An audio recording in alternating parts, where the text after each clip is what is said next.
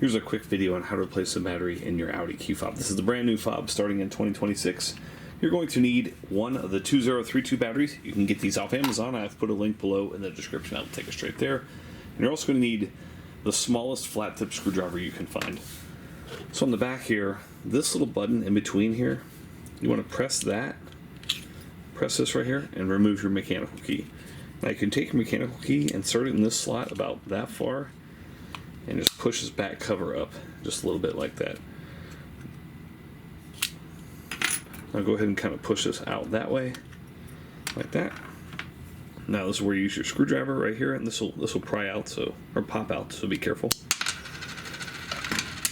All right, so you want to take out that. Your new battery goes in positive side, facing upward like that, and you want to make sure you get these two notches in here first.